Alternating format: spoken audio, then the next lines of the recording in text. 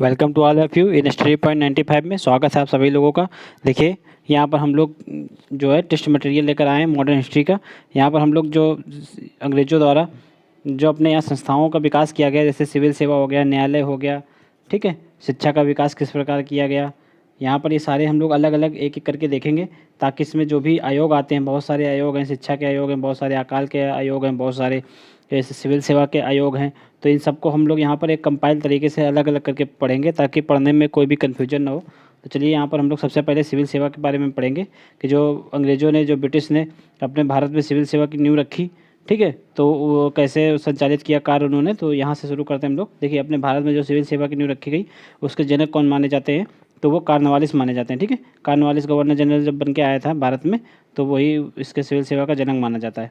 देखिए, 1800 ईस्वी में फिर उसके पश्चात, कार्नवालिस के पश्चात वेलेजली आया जब, तो वेलेजली ने जो है फोर्ट विलियम कॉलेज बनाया है। ये क्या किया, इसलिए बनाया था कि जो सिविल सेवक होंगे उनका प्रशिक्षण हो पाएगा यहाँ पर फोर्ट विलियम कॉलेज में। ये बना कहाँ था, तो ये कोलकाता में बनाया गया था वेलेजली के द्वारा। लेकिन हुआ क्या कि प्रशिक्षण के लिए जो बनाया गया था ये, मगर जो कोर्ट ऑफ डायरेक्टर होती थी उस टाइम, जो कि महत्वपूर्ण निर्णय लिया करती थी वो ब्रिटिश ईस्ट इंडिया कंपनी के, तो उसने कहा कि जो कोर्ट को मतलब जो कोर्ट ऑफ विलियम जो कोलकाता में बना है उसकी मान्यता ही रद्द कर दी। वो उन्होंने नहीं माना कोर्ट ऑफ विलियम को, तो उसके पश्चात उन्होंने एक कॉलेज बनाया, ईस्ट इंडिया कॉलेज, जहाँ पर इन्हीं सिविल सेवकों का प्रशिक्षण किया जाएगा। लेकिन ये इस बार कहाँ बनाया गया, तो इसको लंदन में बनाया गया, ठीक है, प्रशिक्षण हेतु। अब देखिए, जब ये कॉलेज लंदन में बन गया, फिर 1833 का समय आता है, तो इस समय ये हुआ कि सभी को अवसर दिया जाएगा, जो सभी को मतलब यहाँ पर अंग्रेज़ों को भी, ब्रिटिश को भी और इंडियन को भी, तो सभी को सिविल सेवा में भर्ती होने का अवसर दिया जाएगा। सभी की नियुक्ति होगी, यानी कि भारतीय और अंग्रेज सभी को नियुक्ति होगी। फिर उसके बाद 1853 आया। 1853 में हुआ कि नियुक्ति तो होगी, लेकिन माध्यम क्या होगा, तो बोला गया कि नियुक्ति जो होगी वो परीक्षा के माध्यम से की जाएगी। ठीक है, माने मतलब कि कंपटीशन का जो कॉन्सेप्ट आया वो कहाँ से आया, 1853 ईस्वी से। फिर उसके बाद 1858 में महारानी आई थी यहाँ पर भारत में, तो उन्होंने घोषणा की कि जो नियुक्ति में तो रंग भेद का भेद नहीं, मतलब रंग भेद जो होता है उसका कोई भेदभाव नहीं किया जाएगा। ठीक है, यानी कि गोरे काले लोग सभी लोगों का तो इसमें नियुक्ति मिलेगी। ऐसा माना जाता था कि मतलब ब्रिटिश लोग गोरे होते थे और जो इंडियन है वो थोड़ा, उनका कलर थोड़ा डाउन होता है, इसलिए रंग भेद होता था उस समय। तो ब्रिटिश जब महारानी ने घोषणा की 1858 में, तो उन्होंने कहा कि रंग भेद, जो नियुक्ति में रंग भेद नहीं चलेगा। फिर उसके बाद 1861 आया, उसके 3 वर्ष बाद, तो 1861 में कहा कि जो परीक्षाएँ होंगी वो अंग्रेजी में होंगी परीक्षाएँ, और वो भी कहाँ पे होंगी, लंदन में होंगी। देखिए, 1853 में ये तय हो गया था कि परीक्षा होंगी, परीक्षा के माध्यम से ही मतलब सिविल सेवा में भर्ती किया जाएगा। लेकिन परीक्षा का माध्यम क्या होगा, वो 1861 के अधिनियम के द्वारा तय किया गया कि वो परीक्षा अंग्रेजी में होगी, और होगी कहाँ, तो लंदन में होगी। फिर 1863 में ये जब परीक्षा हुई 1863 ईस्वी में, तो इसमें पहले अपने भारतीय थे सत्येंद्रनाथ टैगोर। सत्येंद्रनाथ टैगोर थे जो पहले इंडियन सिविल सर्विस बने। तो इंडियन सिविल सर्विस इसका नाम है। तो इंडियन सिविल सर्विस कौन बना, तो सत्येंद्रनाथ टैगोर बने। इनका नाम बहुत आता है, इंपॉर्टेंट है, स्टार लगा लीजिए।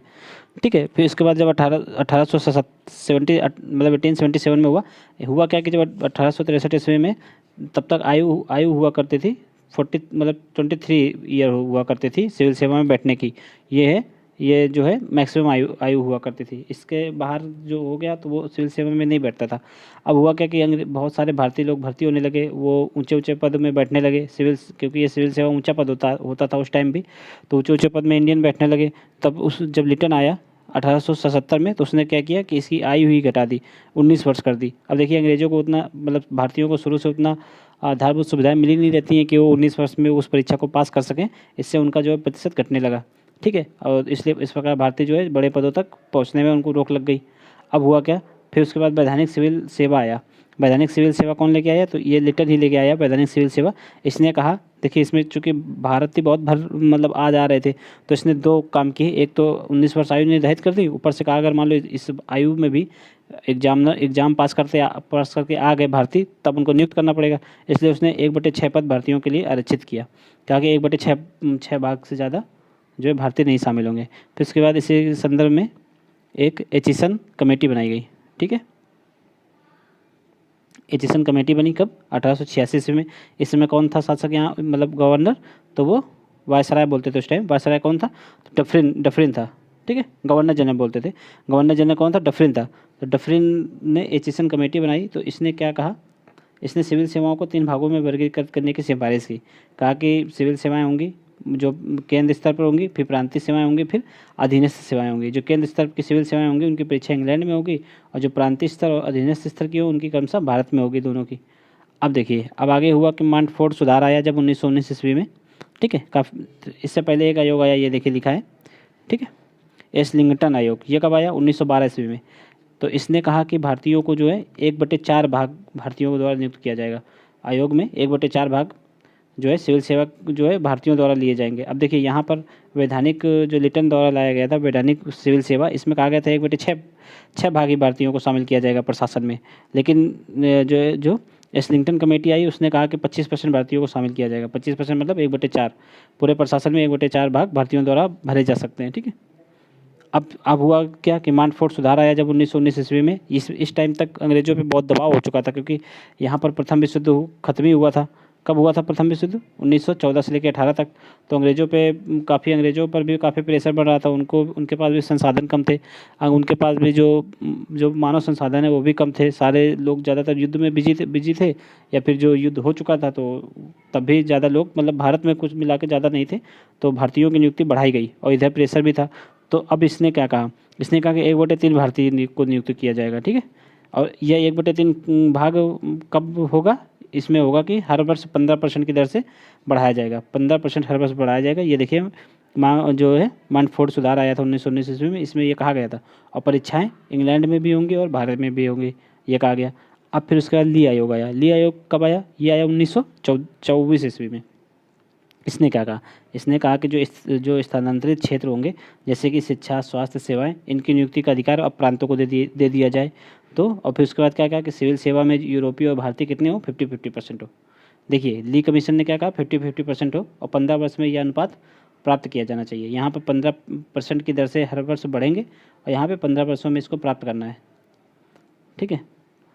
अब देखिए वैधानिक सिविल सेवा में कब 1/6 भाग निर्धारित किया गया? फिर एसलिंगटन आयोग आया। इसने कहा कि 1/4 भाग को निर्धारित करें। वैधानिक में 1/6, एसलिंगटन आया 1/4 भाग की बात किया। मांडफोर्ड आया ये 1/3 भाग की बात किया। फिर ली आयोग आया, इसने 1/2 भाग की बात किया, यानी कि 50-50%, ठीक है। उसके पश्चात देखिए बाद में फिर 1935 ईस्वी में एक्ट आया, और एक्ट के माध्यम से जो है यूपीएससी आयोग बना दिया गया, ठीक है। स्टेट पीएससी बना दिया गया, एसपीएससी, स्टेट पीसीएस के सारे आयोग बना दिए गए। इस प्रकार अगर पूछा जाए यूपीएससी कब बना था, तो 1935 के अधिनियम के द्वारा, ठीक है। चलिए अब आगे वाले हम नेक्स्ट क्लास में हम लोग देखेंगे कि भारत में जो है अंग्रेजों द्वारा जो है न्याय व्यवस्था कैसे स्थापित की गई, न्याय व्यवस्था और कानून, ये देखेंगे पूरा हम लोग, ठीक है। तो चलिए मिलते हैं नेक्स्ट क्लास में, तब तक के लिए जय हिंद।